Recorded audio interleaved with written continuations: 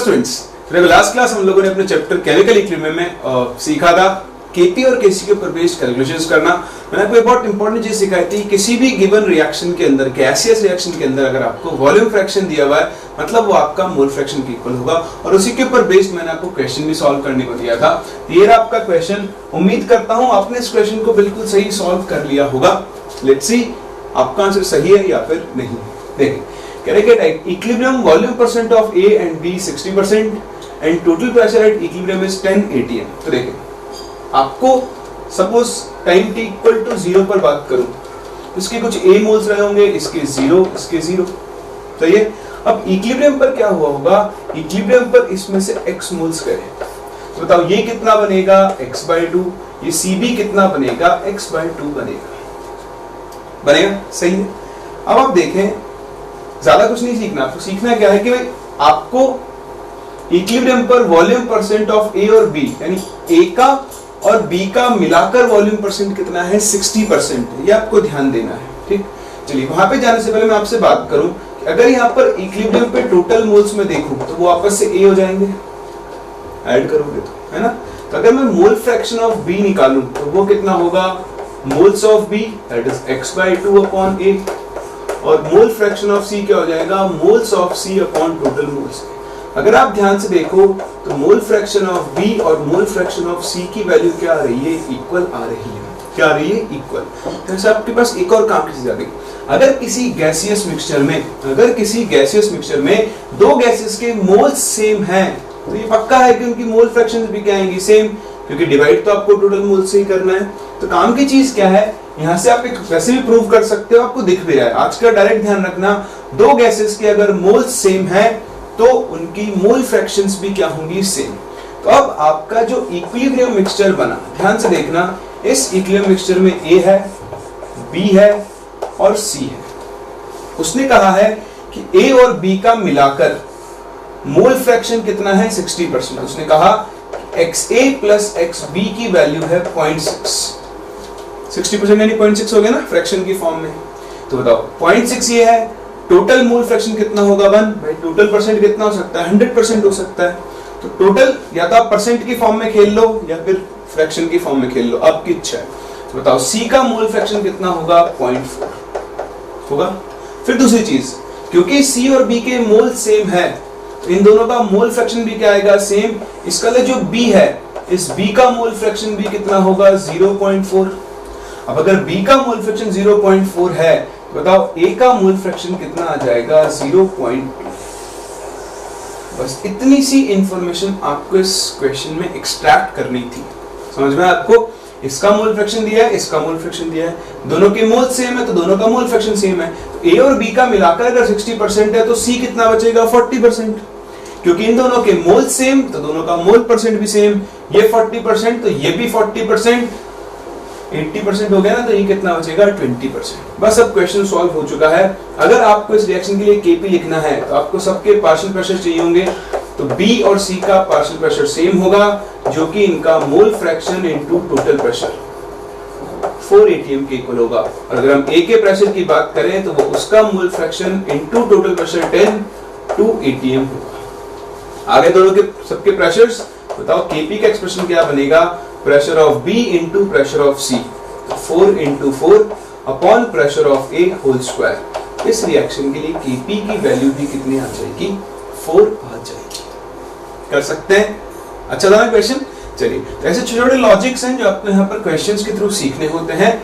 ये आपको मैंने इसीलिए होमवर्क दिया था ताकि आप इसके अंदर दिमाग लगा सकें। चलिए, बहुत अच्छी बात। अब हम बढ़ रहे हैं आगे अपने अगले टॉपिक के ऊपर। देखिए क्या है अपना अगला टॉपिक। अभी तक हमने जो भी इक्विलिब्रियम के क्वेश्चंस वगैरह कैलकुलेट करने सीखे हैं उनमें हम लोग मोल्स, मोल फ्रैक्शन इन्हीं से डील कर रहे हैं।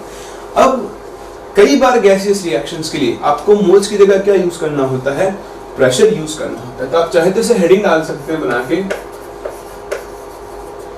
यूज ऑफ प्रेशर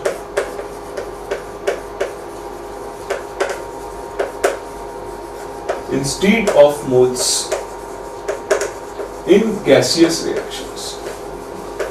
तो देखिए यहां से एक और नई कैटेगरी ऑफ क्वेश्चंस आपके सामने बनना शुरू हो जाएगी जैसे ही आप इस टॉपिक को कवर करोगे। देखें हम बात करते हैं पीवी इक्वल टू एनआरटी से। At constant temperature and volume, बताओ जो आपके प्रेशर है वो किसके प्रोपोर्शनल होता है? मोल्स के। होता नहीं होता? होता है ना। अब इसका मतलब क्या है? इसका मतलब ये है कि देखो जैसे आपके पास एक कंटेनर है, उस कंटेनर में गैस है, तो अगर आप गैस के मोल्स बढ़ाओगे तो सेम उसी प्रोपोर्शन में उसके प्रेशर बढ़ेगा।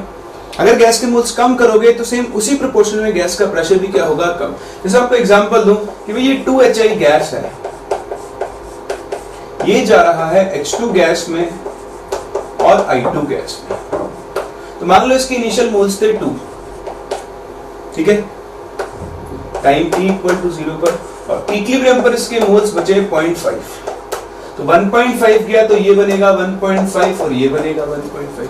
तो अगर मैं सिर्फ HI पे फोकस करूं, किस पे फोकस करूं? HI पे। तो बताओ इनिशियली HI के मोल्स थे 2 और अब रिड्यूस होके कितने हो चुके हैं? 0.5, यानी 1/4 टाइम्स इसके मोल्स क्या हो चुके हैं? रिड्यूस हो चुके हैं। अगर इसका इनिशियल प्रेशर P था, कितना था? P। इक्विलिब्रियम पर इसका प्रेशर भी कितना हो चुका होगा? P/4, क्योंकि इसके मोल्स क्या हो चुके हैं? 1/4 हो चुके हैं। कहने का मतलब यह है कि जिस तरह से यहाँ पर HI के मोल्स वेरी करेंगे, सेम उसी तरह से क्या वेरी करेगा? प्रेशर भी वेरी करेगा। तो कहने का मतलब यह है, ध्यान देना, मैं ये नहीं बोल रहा हूं कि आप प्रेशर को मोल्स के इक्वल ले लोगे। मैं कह रहा हूं कि जैसे आप मोल्स से डील करते हो, सेम वैसे ही आप क्या कर सकते हो? प्रेशर से डील कर सकते हो। फॉर एग्जांपल मैं आपसे बोलूं कि यहां इसका प्रेशर लेट से 2 atm था। क्या था? 2 atm। तो आपको प्रेशर से मोल्स निकालने की जरूरत नहीं है। जैसे जैसे HI H2 और I2 में कन्वर्ट होगा, HI के मोल्स कम होते जाएंगे, उसी प्रोपोर्शन में HI का प्रेशर भी कम होता जाएगा। तो मान लो इक्विलिब्रियम पर 2 में से x चला गया, तो ये क्या है? हम डायरेक्ट प्रेशर को यूज कर सकते हैं। अब HI का इक्विलिब्रियम पर प्रेशर 2 - x होगा। इससे बताओ, इससे H2 कितना बनता है? हाफ, 1 से हाफ। तो बताओ x से कितना बनेगा? x/2। x/2 atm H2 का प्रेशर होगा और x/2 atm ही क्या होगा? I2 का प्रेशर होगा। बोलो आपको ये बात समझ में आ रही है? तो ये स्टेटमेंट यहाँ पे पहुंचना था, एक स्टेटमेंट लिखें, that is pressure of gas can be treated in the same way as its moles। तो जैसे आप गैस के मोल्स को यूज कर सकते हो, सेम उसी तरीके से आपको क्या करना है? गैस के प्रेशर को यूज करना है। अब आपके पास एक नई कैटेगरी ऑफ क्वेश्चन है, इसमें आपको मोल्स वोल्स नहीं देगा, वो बोलेगा कि शुरुआत में गैस का प्रेशर इतना था, इक्विलिब्रियम पर इतना हो गया है, Kp बताओ, Kc बताओ, या प्रेशर दे देगा, Kp दे देगा, बोलेगा इक्विलिब्रियम पर अलग अलग गैसेस के प्रेशर्स बताओ। तो वो क्वेश्चन तो करने से आपको आएंगे। आओ स्टार्ट करते हैं उस कैटेगरी के साथ। आप इसे कॉपी कर लें फटाफट से, फिर हम शुरू करते हैं अपनी अगली कैटेगरी ऑफ क्वेश्चन के साथ, जो कि इंपॉर्टेंट है। करें शुरू? चलिए, तो देखें ये आपका पहला क्वेश्चन इसी कंसेप्ट के ऊपर बेस्ड जो मैंने आपको जस्ट अभी सिखाया है। देखिए क्या है आपका क्वेश्चन। क्वेश्चन इज कि आपको एक रिएक्शन दी हुई है, 2AB3 गैस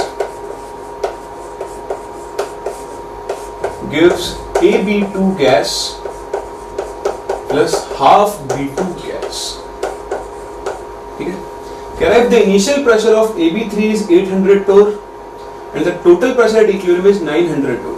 देखो टाइम t इक्वल टू 0 पर आपको इसका प्रेशर दिया हुआ है 800 torr। ठीक है, थोड़ा यूनिट्स पे भी ध्यान रखना, यूनिट्स अपने को सेम रखनी होंगी। और दूसरा कह रहा है इक्विलिब्रियम पे टोटल प्रेशर है 900 torr। तो देखो जब से शुरू हुआ है तो ये दोनों जीरो रहे होंगे। इक्विलिब्रियम पर क्या होगा?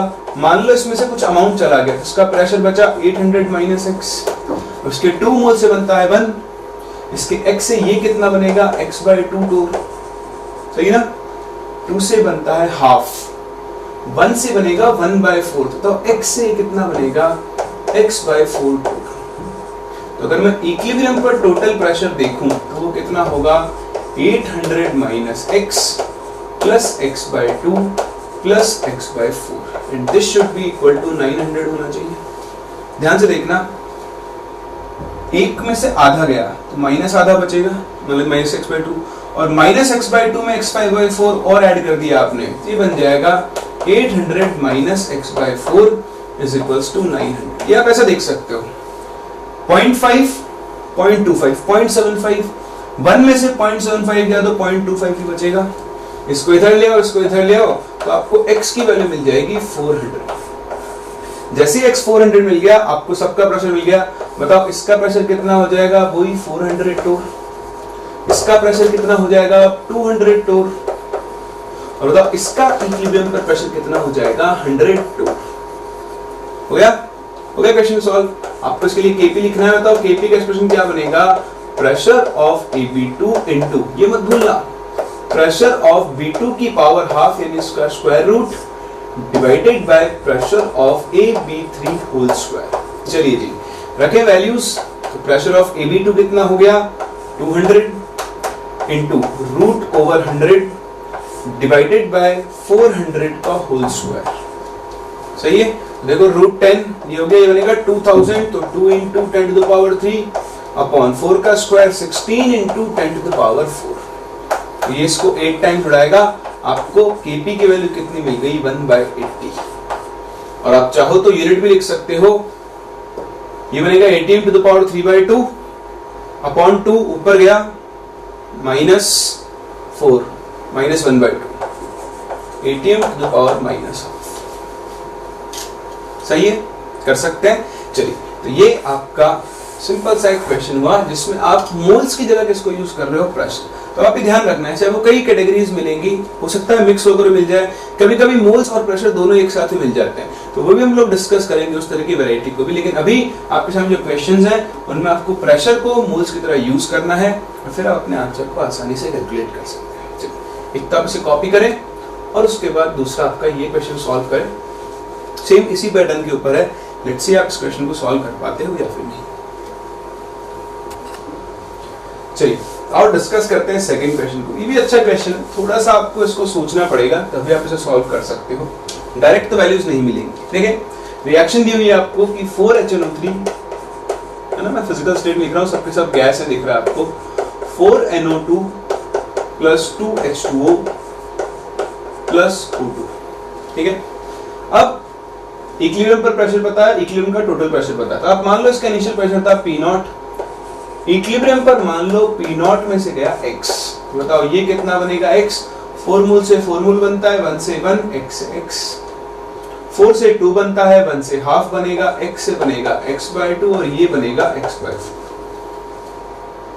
सही है। अब आप देखें, आपके सामने दो चीजें, एक तो आपको इक्विलिब्रियम पर HNO3 का पार्शियल प्रेशर पता है 2 atm। बेसिकली आपको एक तो P0 माइनस x की डायरेक्ट वैल्यू पता है 2। ठीक, तो ये वैल्यू को तो मैं 2 लिख लेता हूँ, 2 atm। और दूसरा आपको टोटल प्रेशर पता है। बताओ P टोटल किसके इक्वल हो जाएगा, हो जाएगा इसका partial pressure 2 plus x plus x/2 plus x/4 और ये वैल्यू आनी चाहिए 30। थोड़ा ध्यान से देखें, इसका एलसीएम आ जाएगा 4, तो 4x plus 2x plus x ये बन जाएगा 7x/4 इज इक्वल्स टू 2 को इधर भेज दो 28, तो 7 4 are 28। बताओ x की वैल्यू कितनी आ जाएगी, 16 आ गया। अब अगर x की वैल्यू 16 आ गई तो बस सबके प्रेशर आ गए। देखो इक्विलिब्रियम पर HNO3 का पार्शियल प्रेशर तो आपको पहले से ही पता है, आपको P0 निकालने की जरूरत है ही नहीं। ठीक है। अब बताओ NO2 का पार्शियल प्रेशर कितना हो जाएगा, तो x की वैल्यू 16 आ गई, 16 हो जाएगा। बताओ H2O का पार्शियल प्रेशर कितना हो जाएगा, 16/2 दैट इज 8 और O2 का पार्शियल प्रेशर कितना हो जाएगा, 4। आगे सबके प्रेशर। बस अब आपको कैलकुलेशन करनी है Kp की। तो रखें Kp की वैल्यू क्या बनेगा, pressure of NO2 whole square sorry whole 4 into pressure of H2O 8 to the power 2 into pressure of O2 4 power 1 upon pressure of HNO3 तो 2 atm टू द पावर 4 बनेगा। तो ऐसा करो सबको 2 की पावर बदल लो।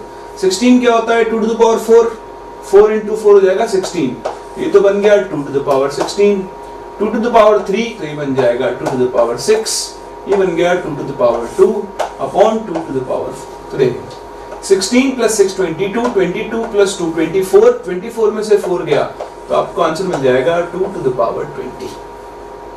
कर सकते हो ना। और उसके अलावा आपको यूनिट बतानी है तो एटीएम की power delta N G, 421 7 - 4 ATM cube, ये आपके केपी की यूनिट होगी। कर सकते हो।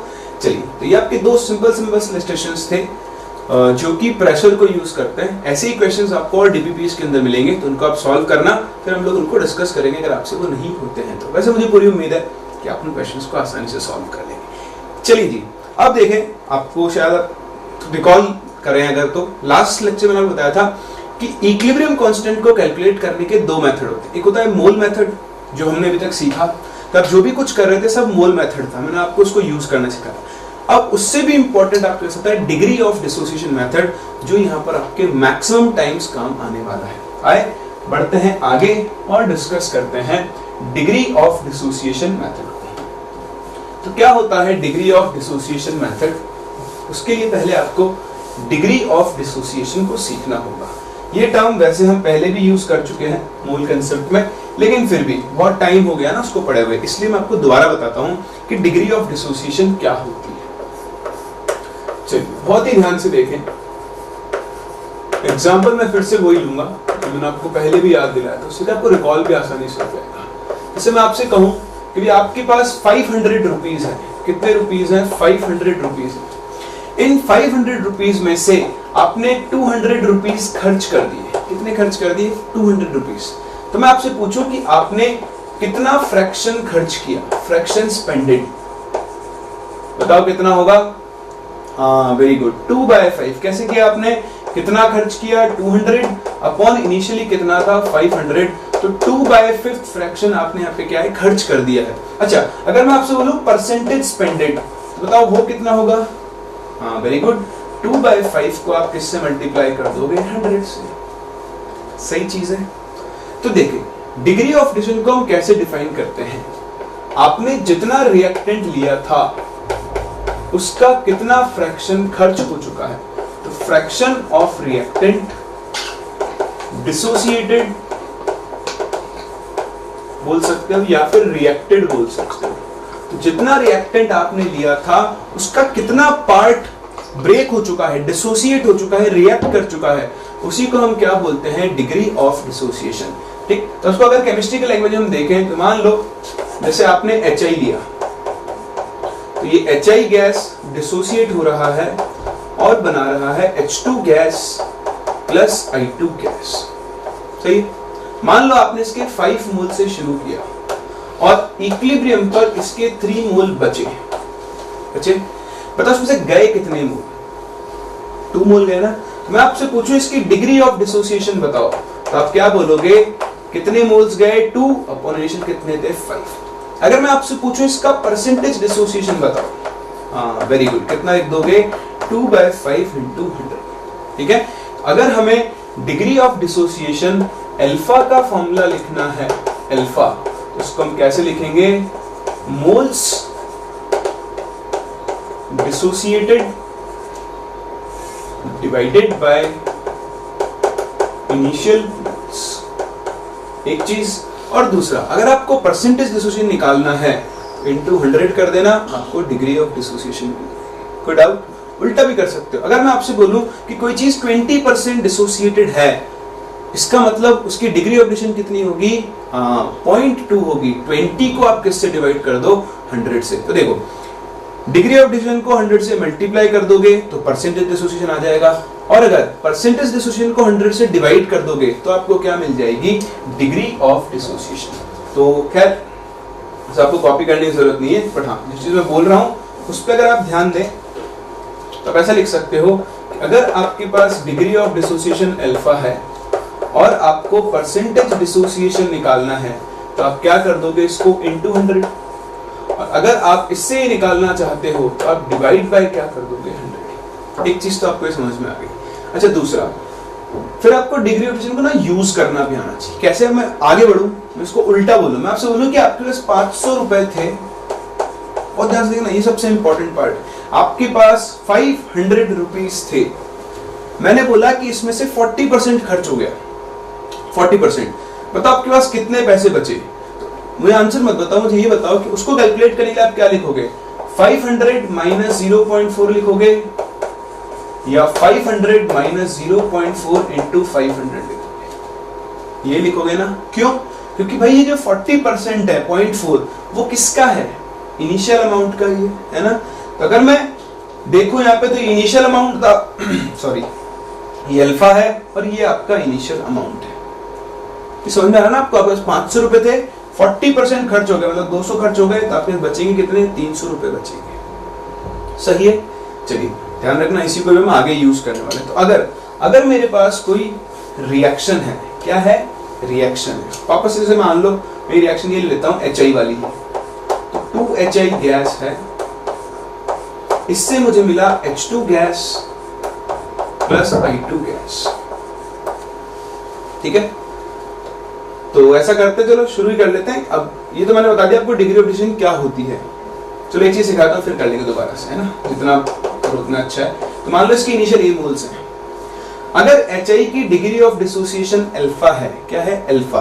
तो आप मुझे बताओ इक्विलिब्रियम पर इसके कितने मोल्स बचेंगे? मैं यहाँ A माइनस अल्फा लिखूं या फिर A माइनस ए अल्फा? बस इतना सा डिफरेंस। हाँ very good, A minus A alpha लिखूं ना, क्योंकि अल्फा तो क्या है? कितना परसेंट गया? किसका? इनिशियल अमाउंट का। तो ये चीज आप ध्यान रखें, जब भी आप डिग्री ऑफ डिसोसिएशन यूज कर रहे हो तो आप उसको इनिशियल अमाउंट से मल्टीप्लाई करके लिखना। आप इसको ऐसे नहीं लिख सकते। ए में से गया ए अल्फा, 2 मोल से बनता है 1, 1 से बनेगा हाफ। बताओ ए अल्फा से कितना बनेगा?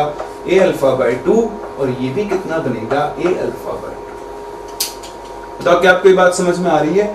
चलिए अगर आपको समझ में आ रहा है तो फिर आपको आगे दिक्कत आने वाली नहीं है। सबसे इंपॉर्टेंट होता है डिग्री ऑफ डिसोसिएशन को समझना और उसको यूज करना। चलिए अभी शुरू करते हैं यूज करना। ये आपको कॉपी करने की जरूरत नहीं है, तो मेरे को समझाना था आपको। दूसरा, अल्फा क्या है? फ्रैक्शन है, फ्रैक्शन। तो अगर आप अल्फा की मैक्सिमम वैल्यू देखने चलो, आप चाहते हो नोट की फॉर्म में लिख लो कि अल्फा की वैल्यू 0 से 1 के बीच में होती है। अल्फा की मैक्सिमम वैल्यू कितनी हो सकती है? 1। और जब अल्फा 1 होता है तो वो दिखाता है 100% डिसोसिएशन। इसको दिखाता है 100% डिसोसिएशन। समझ रहे हैं? इस चीज को आप ध्यान रखें। ये होता है 100% डिसोसिएशन। जब अल्फा की वैल्यू क्या हो जाएगी? 1, पूरा टूट चुका होगा। अच्छा, जैसे डिसोसिएशन होता है ना, सेम वैसे एसोसिएशन भी होता है। जैसे मैं इस रिएक्शन को उल्टा करके लिखूं, H2 plus I2 gives 2HI। तो अब आप इसके लिए डिग्री ऑफ डिसोसिएशन नहीं बोल सकते हो। क्यों? क्योंकि यहाँ तो H2 और I2 मिलकर एक कंपाउंड बना है, तो एसोसिएशन हो रहा है। फिर उस केस में हम इसे डिग्री ऑफ एसोसिएशन बोल देंगे, है ना? उसको ज्यादा दिमाग लगाने की आपको जरूरत है ही नहीं। सही है, कर सकते हैं। चलिए, ये तो बात है डिग्री ऑफ डिसोसिएशन क्या होती है। उसके बाद हम बढ़ते हैं आगे और देखते हैं कैसे हम डिग्री ऑफ डिसोसिएशन को यूज करके Kp और Kc के एक्सप्रेशंस कैलकुलेट करेंगे। यहाँ पर मैं आपको रिकमेंड करूंगा कुछ रिएक्शंस की Kp वैल्यू डायरेक्ट याद रखने की। क्यों? क्योंकि उससे आपकी कैलकुलेशन 4 से 5 गुना फास्ट हो जाएगी। Next, calculation of Kp and Kc bye degree of dissociation method. चलिए, तो जो काम हमने वहां किया था सेम वैसे ही काम हमें यहां करना है। पहले हम उन रिएक्शंस की बात कर रहे हैं, रिएक्शंस जिनका डेल्टा Ng कितना होता है?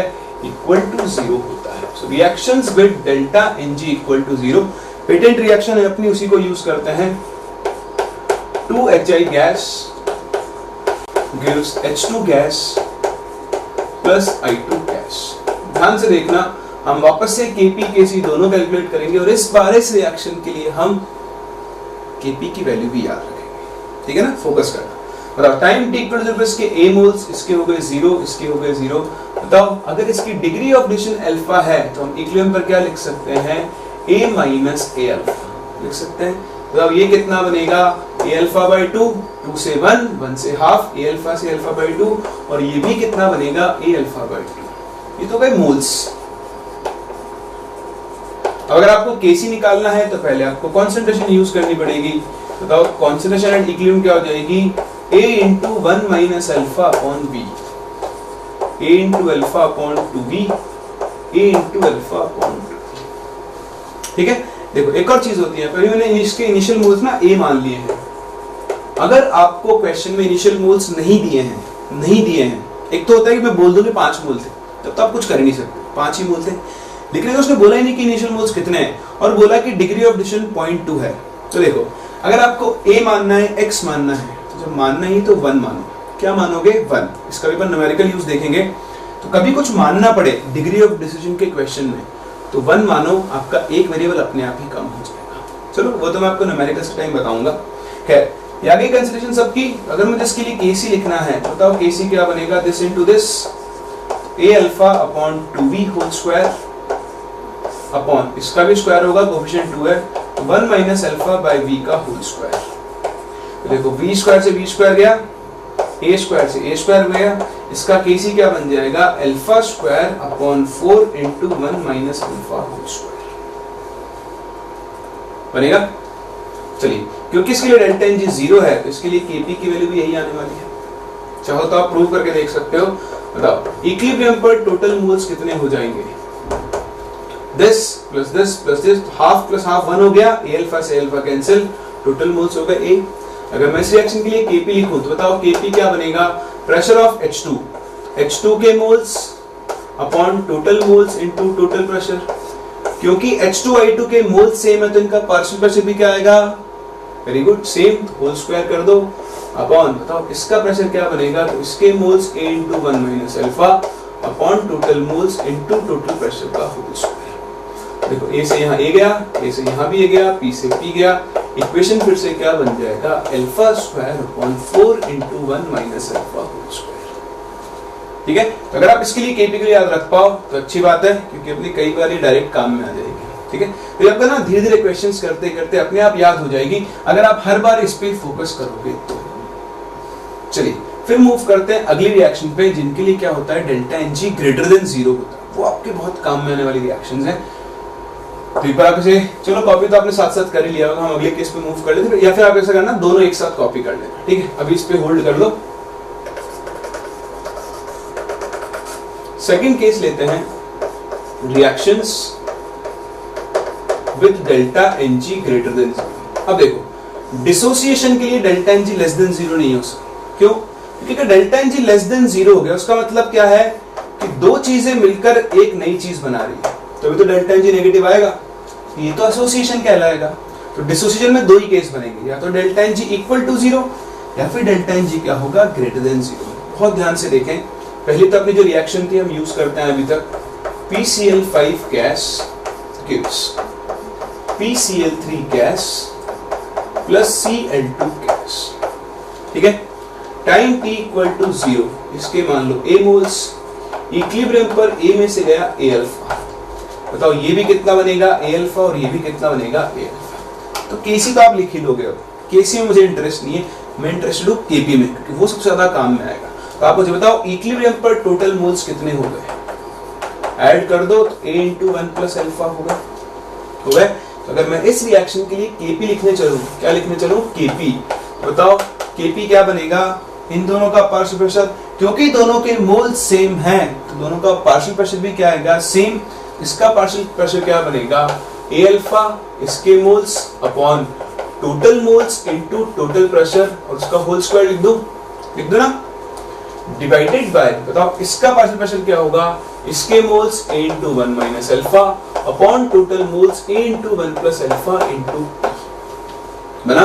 बताओ केपी के लिए यहाँ क्या बनेगी? देखो, a से गया a से गया a, p स्क्वायर से एक p चला जाएगा, 1 प्लस अल्फा से एक 1 प्लस अल्फा का स्क्वायर चला जाएगा। ध्यान से देखना, ये बनेगा alpha square p upon 1 minus alpha square, क्योंकि देखो 1 plus alpha into 1 minus alpha, a plus b into a minus b क्या बनता है? a square minus b square. तो इंपॉर्टेंट है इस तरह की रिएक्शन की, जहां पर एक सब्सटेंस टूटकर दो अलग अलग सब्सटेंस बना रहा है, मतलब बेसिकली PCl5 रिएक्शन वाली रिएक्शन के लिए आप तो Kp रट लो। इसके लिए Kp का एक्सप्रेशन क्या बन के रह जाएगा? Alpha square p upon 1 minus alpha square. अगर आपको ये याद रह गया तो कई क्वेश्चंस आप बहुत तेजी से यहाँ पर सॉल्व कर दोगे। फिर देखो, एक और केस जो आपको यहाँ पर ध्यान रखना है, वो बहुत ही इंपॉर्टेंट है।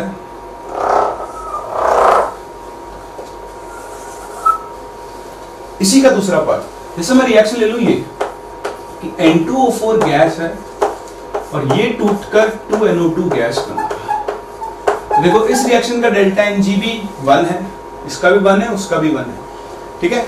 इन दोनों रिएक्शंस का Kp आपके बहुत ज्यादा काम में आता है, इसीलिए मैं आपको इनको याद रखने को कह रहा हूं। बताओ टाइम t इक्वल टू 0 पर ये होगा A, ये होगा 0, तो इक्विलिब्रियम पर क्या होगा, A में से जाएगा A अल्फा, 1 से 2, तो बताओ A अल्फा से कितना मोल बनेगा, 2A अल्फा बनेगा। फिर से देखो, बताओ यहाँ इक्विलिब्रियम के टोटल मोल्स कितने होंगे, कितने होंगे, ऐड करो तो वो बन जाएंगे A इंटू 1 प्लस अल्फा। बन गया? अगर ये बन गया तो आप देखो, अब मैं वापस से Kp लिखता हूं, तो Kp कैसे लिखूंगा इस रिएक्शन के लिए, pressure of NO2 whole square, बताओ NO2 के moles upon total moles into total pressure उसका होल स्क्वायर बनेगा।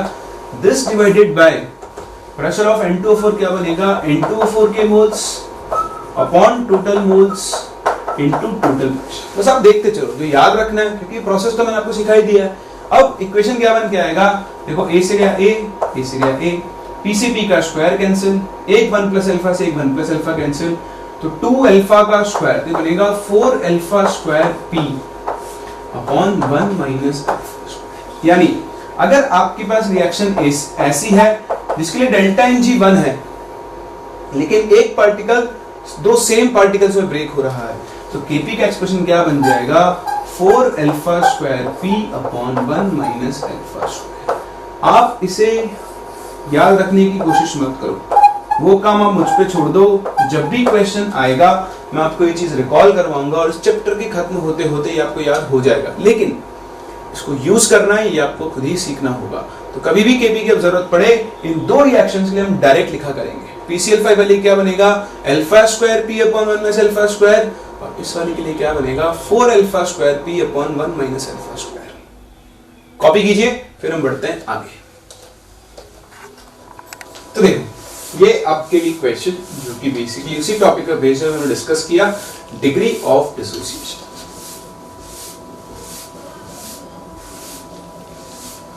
देखिए क्या क्वेश्चन है, क्वेश्चन है कि आपको N2O4 दिया हुआ है 2NO2 में, तो degree of dissociation of N2O4 at 1.5 atm and 25 degree Celsius. कुछ गायब, एक सेकंड करेक्ट करते हैं, कितनी दी हुई है, मिसप्रिंट हो गया ये। तो देखिए ये करेक्शन है इस क्वेश्चन में, आपको अल्फा इसका दिया हुआ है 0.25। ठीक, बहुत अच्छा क्वेश्चन है, दो कंसेप्ट आपको सीखने को मिलेंगे। Calculate Kp and also calculate degree of dissociation if total pressure is 10 atm। देखो जब प्रेशर 1.5 atm है तब डिग्री ऑफ डिसोसिएशन दी हुई है 0.25, और जब प्रेशर 10 atm है तो आपसे नई डिग्री ऑफ डिसोसिएशन पूछी है। ध्यान से देखना क्वेश्चन को, पहला पार्ट हम इसका सॉल्व करते हैं। तो रिएक्शन आपको दी हुई है N2O4 gas gives 2NO2 gas. अब आप देखें जो मैंने आपको थोड़ी देर पहले सिखाया, इस रिएक्शन के लिए अगर आपको Kp याद है तो जब तक लोग यहाँ पर लिखना सीखेंगे तब तक आप इस क्वेश्चन को सॉल्व कर चुके हो। ये देखिए हो गया, अल्फा दिया हुआ है 0.25 यानी 1/4, तो 4 into 1/4 whole square into pressure है 1.5 अपॉन 1 माइनस 1/4 होल स्क्वायर यानी 1/16। ठीक है, तो देखो ये बनेगा 16 माइनस 1/15/16, ये 1/16 से 1/16 गया, 15 से गया 0.1। तो बताओ इस रिएक्शन के लिए Kp की वैल्यू कितनी आ गई, 0.1। एक चीज यूनिट बन जाएगी atm, 0.4 atm, डेल्टा Ng की वैल्यू बन हो गया ना क्वेश्चन सॉल्व। तो ये चीज है, अगर आपको ये याद है तो क्या होगा, बहुत फास्ट हो जाओगे, बहुत फास्ट। याद नहीं तो फिर आपको थोड़ा मैनिपुलेट करना पड़ेगा, वो खैर हम कर सकते हैं, कोई बड़ी बात नहीं है। अच्छा दूसरा पार्ट क्या कह रहा है, ये देखो आप, ये कह रहा है कि जब इसका प्रेशर 1.5 atm था तब इसकी डिग्री ऑफ डिसोसिएशन थी 1/4। अब कह रहा है कि अगर इस सिस्टम पे प्रेशर 10 atm कर दिया जाए तो बताओ इसकी डिग्री ऑफ डिसोसिएशन कितनी होगी। तो यहाँ कोई डायरेक्ट रिलेशन नहीं होता है ना, ऐसा नहीं है कि आप P प्रोपोर्शनल टू अल्फा लिख दोगे। देखो जब आप प्रेशर बदलोगे तो इक्विलिब्रियम डिस्टर्ब होता है, जब इक्विलिब्रियम डिस्टर्ब होता है तो ये वापस से रीएस्टैब्लिश होता है, ये भी अपन आगे चल के भी पढ़ेंगे। तो अगर आप प्रेशर बदलते हो तो डिग्री ऑफ डिसोसिएशन क्या होगी, चेंज। लेकिन क्या चीज चेंज नहीं होगी, वो है आपका इक्विलिब्रियम कांस्टेंट। याद करो वो नोट जो मैंने बहुत स्ट्रेस देकर आपको लिखवाया था कि किसी भी रिएक्शन के लिए इक्विलिब्रियम कांस्टेंट यानी Kp और Kc सिर्फ हाँ टेम्परेचर पे डिपेंड करते हैं। तो टेम्परेचर तो आपने बदला नहीं, क्या बदला है? प्रेशर। तो बदल दो, प्रेशर बदला है तो भी Kp की वैल्यू चेंज नहीं होगी, यानी Kp1 Kp2 के इक्वल होगा। अब बताओ Kp1 किसके इक्वल होगा? 4α1 square P1 upon 1 minus α1 square is equals to 4α2 square P2 upon 1 minus α2 square. तो ये वैल्यू तो आपने निकाली है, चाहो तो आप वैसे 0.4 रख के सॉल्व कर लो। भाई Kp की value 0.4 is equals to 4 into α2 आपको निकालना है, नया प्रेशर है 10 अपॉन 1 माइनस α2 स्क्वायर होगा। देखो 4 से गया 4, इसको मल्टीप्लाई कर दो इधर, तो क्या बन जाएगा? 0.1 minus 0.1 α2 square is equals to 10 α2 square. ये बन जाएगा 11 α2 स्क्वायर इज इक्वल्स टू 0.1, α2 के लिए बन जाएगी रूट ओवर 0.1 बाय 11। इसको सॉल्व करके हम अपनी नई डिग्री ऑफ डिसोसिएशन कैलकुलेट कर सकते हैं। तो फिर से एक और नया डायमेंशन आ चुका है क्वेश्चंस में, जो आपसे कई बार यूज करवाया जा सकता है। वो कई बार प्रेशर या वॉल्यूम बदल देगा और बोलेगा कि बताओ इस नए प्रेशर पर सब्सटेंस की नई डिग्री ऑफ डिसोसिएशन क्या होगी। ध्यान रखें, प्रेशर वॉल्यूम मोल्स बदल रहा है तो उससे अल्फा बदलेगा, डिग्री ऑफ डिसोसिएशन बदल जाएगी, लेकिन Kp Kc की वैल्यू चेंज नहीं होगी। यही कंसेप्ट आपको वहां पर यूज करना है। चलिए कॉपी करें और कॉपी करने के बाद ट्राई करें अगला क्वेश्चन, जो कि अगेन डिग्री ऑफ डिसोसिएशन के कंसेप्ट के ऊपर बेस्ड है।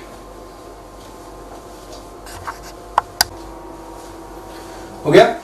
चलिए आसान सा क्वेश्चन है, आई होप आपने बिल्कुल प्यार से इस क्वेश्चन को सॉल्व कर दिया होगा। क्या है देखो, 2NOBr 33.33% डिसोसिएटेड है। तो देखो अल्फा की वैल्यू होगी 1/3, ठीक है। टोटल प्रेशर दिया हुआ है 0.88 और Kp निकालना। कर लोगे क्वेश्चन साहब ना? चलो एक बार थोड़ा सा आउटलाइन कर लेते हैं। वैसे तो इस क्वेश्चन में कुछ है नहीं। 2NO gas plus Br2 gas, है ना। देखो अब फिजिकल स्टेट से थोड़ा ध्यान रखा करो, अभी तो सब गैस ही है। तो मान लो ये 1 था, 1 में से गया अल्फा। अच्छा मैं आपको सिखाया था ना एक चीज, वो यहाँ काम में लेते हैं। चलो देखो मोल्स नहीं दिए ना इनिशियल कुछ भी, तो आप फिर क्या करो 1 मान लो, ए भी मान सकते हो चाहो तो, पर 1 मानो। अब देखो 1 में से क्या 1/3, 2 से 2 बनता है, 1 से 1/3 बनेगा, 2 से 1, 1 से हाफ, 1 से बनेगा 1/6, ठीक है। तो आप टोटल मोल्स निकाल लो, आपको टोटल मोल्स मिल जाएंगे। तो एक काम करो आप तो अल्फा के टर्म्स में खेल लो भी, तो ये 1 माइनस अल्फा, ये अल्फा और ये बनेगा अल्फा/2।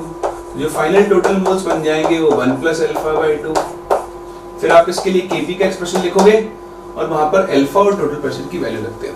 ये क्वेश्चन आप कर सकते हो, मुझे लगता है इसके अंदर आपको कोई दिक्कत आएगी। ये हुआ अल्फा डिग्री ऑफ डिसोसिएशन को यूज करके क्या कैलकुलेट करना, अलग अलग रिएक्शंस के लिए Kp और Kc की वैल्यूज कैलकुलेट करना। चलिए तो अब बस ये है कि आपको क्वेश्चन के अंदर देखो, पिछला जो पार्ट था उसमें आप मोल्स यूज करते थे, इस वाले पार्ट में आपको डिग्री ऑफ डिसोसिएशन यूज करनी है। अब बाकी तो देखो क्वेश्चन की लैंग्वेज है और उसके अंदर से आपको एक्सट्रैक्ट करके इंफॉर्मेशन को अपनी अप्रोच लगानी है। तो उसकी प्रैक्टिस के लिए आपके पास डीपीपी है ही, उन डीपीपीज को आप सॉल्व करें, वहां से आप अलग अलग टेक्निक सीखोगे जो इन क्वेश्चंस के अंदर आपसे यूज करवाई जा सकती है। चलिए मैं बढ़ रहा हूं आगे, हम स्टार्ट करने जा रहे हैं एक और बड़ा ही important topic, that is calculation of degree of dissociation alpha by vapour density measurement. ये भी एक बड़ा इंपॉर्टेंट टॉपिक है। यहां पर एक टाइप ऑफ फॉर्मूला बनेगा, वो फॉर्मूला स्टैंडर्ड है, मतलब उसके क्वेश्चन उसी टाइप के होंगे। और हाँ वो क्या होता है, क्लिक नहीं करता है कि उसको फॉर्मूले को यूज करना है, इसलिए पार्ट बड़ा इंपॉर्टेंट होता है। बहुत ही ध्यान से देखें कैसे हम डिग्री ऑफ डिसोसिएशन कैलकुलेट कर सकते हैं बाय वेपर डेंसिटी मेजरमेंट। ध्यान से देखना, मेरे पास कोई एक रिएक्शन है, लेट्स से मैं यही रिएक्शन लेता हूं PCl5, ठीक है। तो ये PCl5 टूटकर क्या बना रहा है, PCl3 gas plus Cl2 gas. सही है, लिख सकता हूं। ये काम करो, इसको भी आप ऐसे हटा दो, हम एक जनरल रिएक्शन लेते हैं क्योंकि हम डिसोसिएशन की बात कर रहे हैं। मान लो आपके पास एक सब्सटेंस है A और ये सब्सटेंस डिसोसिएट हो रहा है N पार्टिकल्स में, यानी इसके एक मोल से प्रोडक्ट्स के टोटल मिलाकर कितने मोल्स बन रहे हैं, N मोल्स बन रहे हैं, ठीक है। तो टाइम t = 0 पर मान लो इसके A मोल्स थे, ये था 0, और जब आप इक्विलिब्रियम पर आ चुके होंगे तो मान लो इक्विलिब्रियम पर इसकी डिग्री ऑफ डिसोसिएशन है अल्फा। बताओ ए में से ये तो कितना जा चुका होगा, ए अल्फा। 1 से बन रहा है n, बताओ ए अल्फा से कितना बनेगा, n a अल्फा। ये सही है। चलिए अब थोड़ा प्रोसेस को समझने की कोशिश करें। जब आपने रिएक्शन शुरू की थी तो आपके पास ए की सब्सटेंस था ए, ये भी गैस है, ये भी गैस है ना, हम होमोजेनियस गैसेस रिएक्शन की बात कर रहे हैं यहाँ पर। तो ये गैस, मान लो इस गैस का ए का मोलर मास है कुछ 80 और ये बी का जो मोलर मास है वो मान लेते हैं कुछ 40 है, ठीक है। बताओ टाइम t इक्वल टू 0 पर सिर्फ और सिर्फ कौन प्रेजेंट था, ए। तो अगर हम मोलर मास की बात करें तो उस टाइम पर मोलर मास ए के मोलर मास के बराबर होगा। लेकिन जब इक्विलिब्रियम आ चुका होगा तो देखो इक्विलिब्रियम पर ए भी प्रेजेंट है और बी भी प्रेजेंट है। इक्विलिब्रियम पर आपको क्या मिल गया है, ये एक गैसियस मिक्सचर मिल चुका है। क्या मिल चुका है, गैसियस मिक्सचर मिल चुका है। तो जैसा हम लोगों ने मोल कंसेप्ट में सीखा है, अगर आपके पास एक गैसियस मिक्सचर है तो गैसियस मिक्सचर के लिए हम उसका एवरेज मोलर मास डिफाइन करते हैं, जिसका फॉर्मूला होता है m1n1 plus m2n2 upon n1 plus n2। ये मैंने आपको मोल कंसेप्ट में सिखाया था और वहां पे भी कहा था कि ये आपके गैसियस स्टेट में केमिकल इक्विलिब्रियम में बहुत काम में आता है। देखो काम में आ रहा है। या फिर आप इस फॉर्मूले को total mass of gaseous mixture upon total moles of gaseous mixture भी बोल सकते हैं। तो मोल कंसेप्ट आपने पढ़ा है, अगर आपको इसमें दिक्कत है तो उसके नोट्स को रिवाइज करें। वीडियो भी आपके पास होगा, आप चाहे तो उस वीडियो को देख सकते हैं, 20-25 मिनट में आपका काम हो जाएगा उसमें। सही है, यही फायदा है ऑनलाइन कोचिंग का। अभी आप ऑफलाइन कोचिंग हो ना, अगर कहीं पढ़ रहे हो तो वहां मास्टर जाके बोलो कि सर ये वापस पढ़ा दो। हाँ सही बात है, कोई नहीं, आपके पास पावर है, power of online coaching. Don't underestimate the power of. खैर मिल गया मिक्सचर। तो मैं कहना क्या चाह रहा हूं कि जैसे जैसे रिएक्शन प्रोसीड करती है मोलर मास चेंज होता है। इनिशियली ए था, ये जो इनिशियल मोलर मास है इसको हम लोग थ्योरेटिकल और नॉर्मल मोलर मास बोलते हैं। क्या बोलते हैं, थ्योरेटिकल या फिर नॉर्मल मोलर मास बोलते हैं। लेकिन जब इक्विलिब्रियम आ चुका होगा तो इक्विलिब्रियम पर एक गैसियस मिक्सचर बनेगा और इस गैसियस मिक्सचर का जो मोलर मास होता है उसे हम एक्सपेरिमेंटल या फिर ऑब्जर्व्ड या फिर एबनॉर्मल मोलर मास बोलते हैं। क्या बोलते हैं, एबनॉर्मल मोलर मास बोलते हैं। तो थ्योरेटिकल मोलर मास और एबनॉर्मल मोलर मास को कंपेयर करके हम डिग्री ऑफ डिसोसिएशन कैलकुलेट कर सकते हैं। क्या कैलकुलेट कर सकते हैं, डिग्री ऑफ डिसोसिएशन कैलकुलेट कर सकते हैं। कैसे, आओ बताता हूं मैं आपको, ध्यान देना। बताओ इक्विलिब्रियम पर टोटल मोल्स कितने हो चुके हैं, n टोटल कितने हो गए। तो यहां से ऐड कर दो, इन दोनों को ऐड करोगे तो बन जाएगा 1 प्लस n-1 इंटू अल्फा। देखो a minus A alpha plus n a alpha होगा। और बताओ इनिशियल मोल्स कितने थे, a थे। चलिए नंबर ऑफ मोल्स का अगर मैं आपसे फॉर्मूला सीखूं, अगर तो मैं एक फॉर्मूला डेराइव कर रहा हूं, आप एक डेरिवेशन को देखें समझें, फाइनली आपको फॉर्मूला याद रखना है, फिर उसको हमको यूज करना सीखेंगे। तो नंबर ऑफ मोल्स का सिंपल सा फॉर्मूला होता है that is mass divided by substance का मोलर मास। सही। तो अगर मैं इस रिएक्शन में देखूं, देखो किसी भी रिएक्शन में टोटल मास तो हमेशा क्या रहता है, कंजर्व रहता है ना। तो हम यहाँ पर क्या करते हैं, एक तो इनिशियल मोल्स कंपेयर कर लेते हैं, एक इक्विलिब्रियम पर मोल्स को कंपेयर कर लेते हैं। तो सबसे पहली चीज तो आप लिखें, सिंस मास रिमेन्स कंजर्व्ड।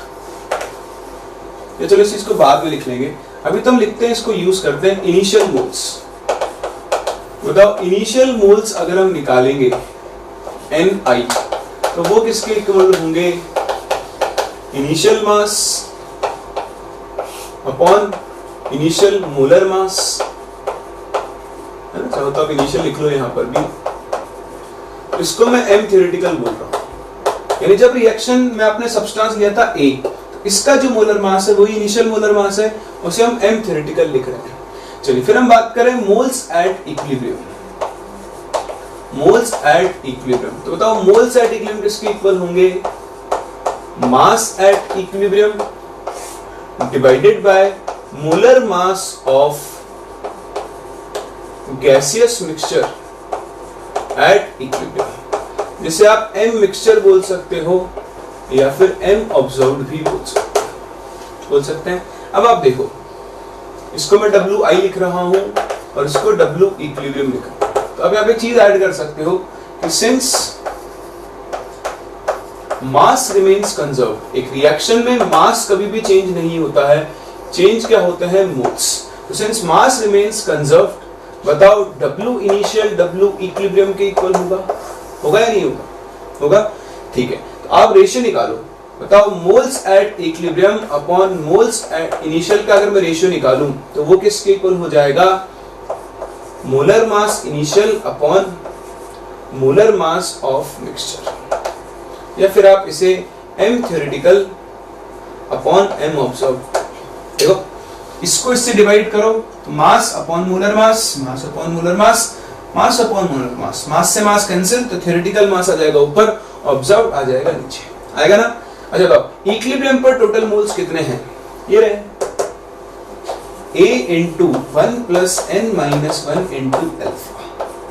बताओ इनिशियल मोल्स कितने थे, A से cancel, this will be equal to क्या बन जाएगा, ये बन जाएगा M theoretical upon M observe. और ध्यान से देखना, इस 1 को इधर भेज दो, इसे 1 को इधर भेजोगे, बताओ n माइनस 1 अल्फा की वैल्यू किसके इक्वल बन जाएगी, वैल्यू बन जाएगी M theoretical minus M observed upon M observed के, होगा ना। जैसे यहाँ -1 इधर आया तो एलसीएम लग के ऊपर जाएगा, पूरा इक्वेशन ये बन जाएगा, कर सकते हैं। यहां से अगर हम अल्फा की वैल्यू निकालें, बताओ अल्फा की वैल्यू क्या बन जाएगी, M theoretical minus M observed upon n minus 1 into M observed. Very very very important formula जो आपके बहुत जगह काम आ सकता है और बहुत ज्यादा यूज आ सकता है अगर आपको ये क्लिक कर जाए तो। क्वेश्चन में अगर आपसे कभी भी ये बोल दे कि जो इक्विलिब्रियम मिक्सचर है उसका मोलर मास बताओ, या इक्विलिब्रियम मिक्सचर का मोलर मास लेके आपसे वेपर डेंसिटी पूछ ले, तो ये इक्वेशन आपके दिमाग में क्लिक करना चाहिए। दिस इज वेरी इंपॉर्टेंट, एक लाइन में आप क्वेश्चन को सॉल्व कर दोगे अगर आपको पता लग गया कि आपको ये फॉर्म यूज करना है, कर सकते हो। अच्छा एक और चीज, कभी कभी आपको मोलर मास नहीं देकर ना क्या देगा, वेपर डेंसिटी देगा। क्या देगा, वेपर डेंसिटी। तो आप एक बार से कॉपी करो, तो इसको हम वेपर डेंसिटी के फॉर्म में भी कन्वर्ट कर लेते हैं क्योंकि मेरे पास जगह खत्म हो गई थी। कॉपी करें फिर हम इसको आगे डिस्कस करते हैं।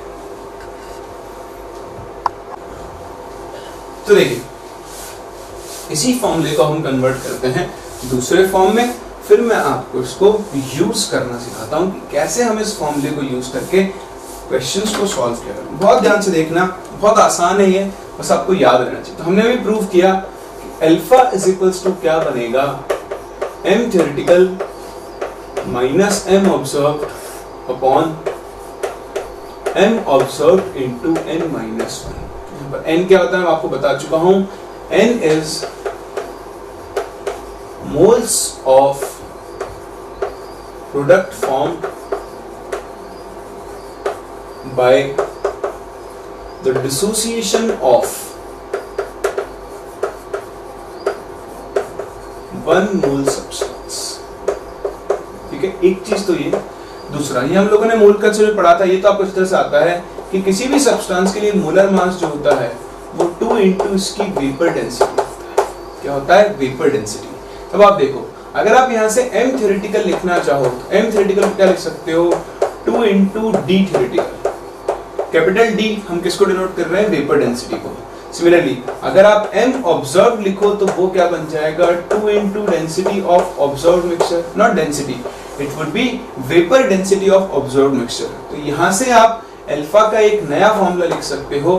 देखो इसके लिए लिखोगे 2 into vapour density, 2 into vapour density, 2 into vapour density, तो 2 2 कैंसिल। फाइनल इक्वेशन क्या बनेगा, D theoretical minus D observed upon D observed into n minus 1। या फिर कई जगह आपको फॉर्म ऐसा लिखा मिलेगा D minus small d upon small d into n minus 1। कैसे भी याद रख लो, यहाँ पर capital D theoretical vapour density है और स्मॉल d क्या है, ऑब्जर्व्ड या फिर एक्सपेरिमेंटल वेपर डेंसिटी है।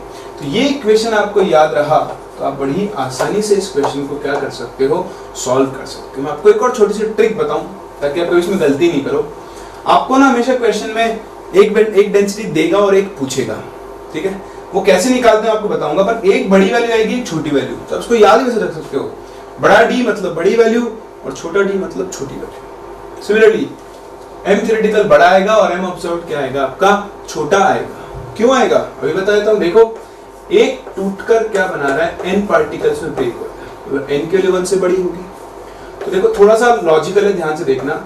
एवरेज मोलर मास जो होता है वो होता है total mass upon total moles, ठीक है ना।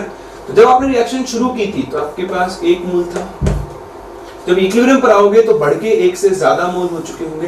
तो क्योंकि टोटल नंबर ऑफ मोल्स बढ़ रहे हैं, बताओ जो आपका मोलर मास होगा वो क्या हो रहा होगा, डिक्रीज हो रहा होगा।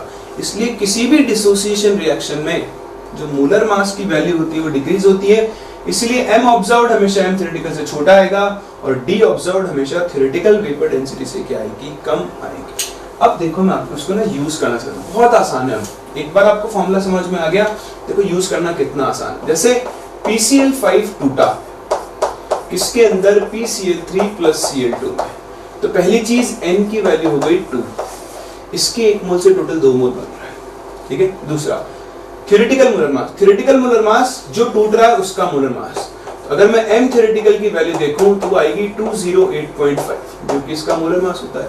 या फिर आप वेपर डेंसिटी भी निकाल सकते हो, दैट वुड बी 104.25, आधा इसका। एक आपको ऑब्जर्व्ड मोलर मास दिया गया होगा, मान लो जैसे मैं बोल दूं इस मिक्सचर का ऑब्जर्व्ड मोलर मास आया 90.5, ऐसे दे रहा हूं वैल्यू, है ना। तो ये थ्योरेटिकल, ये ऑब्जर्व्ड वैल्यू, यहां से आप क्या निकाल सकते हो इसका अल्फा, कैसे, m theoretical which is 208.5 minus observed upon observed into 2 minus 1। इसी तरह आपको एक वेपर डेंसिटी देगा, तो आप क्या करो, जो वेपर डेंसिटी दी है, मान लो वेपर डेंसिटी दी 45 आपको मैंने ऐसे, तो ये तो गई ऑब्जर्व्ड। एक इसकी निकाल लो 104.5, ये थ्योरेटिकल, तो थ्योरेटिकल माइनस ऑब्जर्व्ड वैल्यू रख दो, आपको यहाँ पर अल्फा की वैल्यू मिल जाएगी। कर सकते हैं ना। चलिए तो अब रियल क्वेश्चन करते हैं इसका और देखते हैं कैसे इस कंसेप्ट को हम लोग यूज कर सकते हैं। देखें ये है क्वेश्चन, फॉर्मूले आपने लिख लिए होंगे।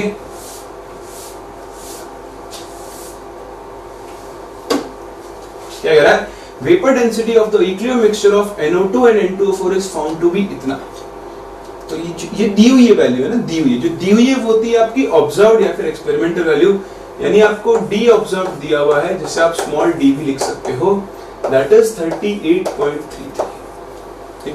अच्छा बताओ इसका d थ्योरेटिकल कितना होगा, कैपिटल D जिसको आप बोल सकते हो। हाँ ये रिएक्टेंट है ना, कौन है, N2O4, मोलर मास होता है इसका 92, तो 92 का आधा कर दो 46, ये वैल्यू है। क्या क्या बताना है, एब्नॉर्मल मॉलिक्यूलर वेट, तो ये ऑब्जर्व्ड वेपर डेंसिटी है, इसको इनटू 2 कर दो, ये तो आपको मिल गया एब्नॉर्मल मॉलिक्यूलर, कर लोगे।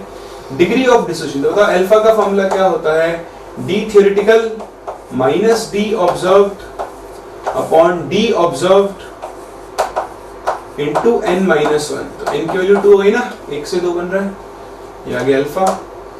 दूसरा, तीसरी चीज percentage of NO2 in the mixture, ये आप देखें ये N2O4 था, ठीक है, इन दोनों से मिलकर बना 2NO2। तो अब आप देखो, आप तो ऐसे करो, इसको मोल कंसेप्ट का क्वेश्चन रख दो। ये इक्विलिब्रियम मिक्सचर में दो चीजें हैं, एक N2O4 है और एक NO2 है। इस मिक्सचर का जो मोलर मास है M मिक्सचर, वो कितना है, वो है 76.66, 38.33 into 2। मान लो NO2 के मोल्स हैं x, टोटल 100% में से, तो बताओ इसके मोल्स कितने हो जाएंगे, 100 माइनस x। याद है मोल कंसेप्ट में से क्वेश्चन हम करते थे। तो आप बताओ m एवरेज का फॉर्मूला किसके लिए होता है, m1 into n1, तो 92 into 100 minus x plus n2 into n2 46 into x upon total moles कितने हो गए 100। ये वैल्यू 76.66 के इक्वल हो गई। इसको सॉल्व कर लो, आपको x मिल जाएगा। तो पता लग जाएगा कि इक्विलिब्रियम मिक्सचर में NO2 का परसेंटेज कितना है और N2O4 का परसेंटेज कितना है। कर सकते हैं। फोर्थ चीज Kp बताना है अगर टोटल प्रेशर फ्लूइड। अब देखो मेरा टूल काम में आएगा। दिख रही है रिएक्शन, बताओ इस रिएक्शन के लिए Kp का एक्सप्रेशन क्या बनता है, 4 alpha square P upon 1 minus alpha square. अब जहां पर लोग कैलकुलेट करने बैठे होंगे, आप अपने क्वेश्चन का आंसर दे चुके होंगे। इसीलिए ये छोटी छोटी चीज मैं आपको याद करने को बोलता हूँ ना, आप याद रखो, बहुत काम में आती है और आपको बहुत हेल्प देती है जब आप एक्चुअली न्यूमेरिकल सॉल्व करो। आप सोचो पेपर में अगर ऐसा क्वेश्चन आ गया तो आपको केपी कैलकुलेट ही नहीं करना, सीधा उठा के वैल्यू रखनी है और आपको अपना आंसर मिल जाएगा। चलिए, ये तो था मेरी तरफ से इलस्ट्रेशन। अब एक क्वेश्चन आपके लिए है, ये तो आपने कॉपी कर ही लिया होगा, है ना। चलिए, ये क्वेश्चन आप ट्राई करें, जो इसी कंसेप्ट के ऊपर बेस्ड, बहुत सिंपल सा क्वेश्चन है। आई होप बड़ी आसानी से आप इस क्वेश्चन को सॉल्व कर देंगे।